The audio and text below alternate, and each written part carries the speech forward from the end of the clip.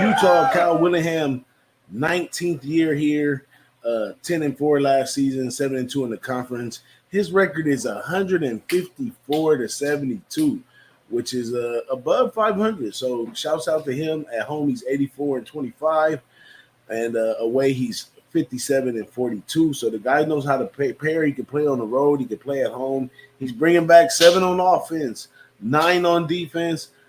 A real classy 8 transfers, which I can respect, because I don't like these teams that pull too many transfers, because we haven't seen great success with multiple transfers like that. But on the offensive side of things, he has Cam Rising, a highly talented quarterback over there to lead the troops. Last year, he didn't do bad on offense. Points per game, number 14.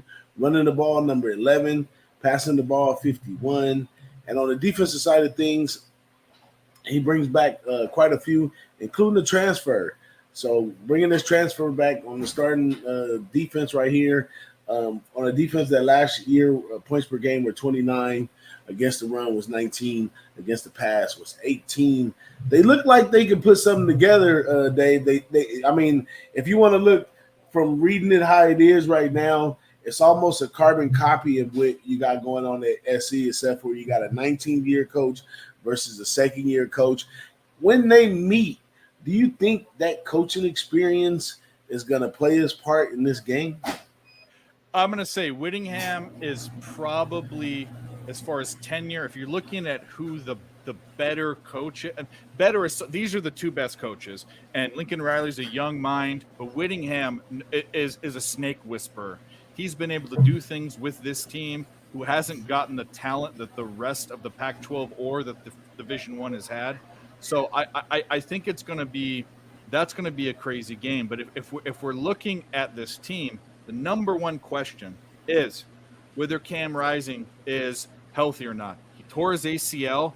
That's the kiss of death for all sports. He's going to probably be playing with a brace. He's going to slow down. This is a guy that is mobile. So we'll see how it happens. But when we'll get to the win total in a second, but I'm looking at 4 games where I think they're in trouble, in my opinion. Let's take a look at that then. Right into it, we got off the bat, we got Florida and Baylor. They get a break with Weber State, back up to play UCLA. Then you got to play that Oregon State. And USC, they skip Oregon State this year. But that defense over there is something crazy. And you're going to be playing at Oregon State. You might slide through Cal. Your biggest game of the year is going to be SC. And right after that, win, lose, or draw, you got to play Oregon. So later on, you got Washington. And, they have a lighter – if it comes close, like SC, we expect to be rough at the end. They could glide through at the end. So if they do a good job at the top half, they'll be great. But I don't think they can do a good job up there. And the books agree with me, giving them an over-under 8.5. Yeah, no, I'm with you. Actually, I think there's 6 games that are kind of troubling. But they start off the year with Florida at home and at Baylor.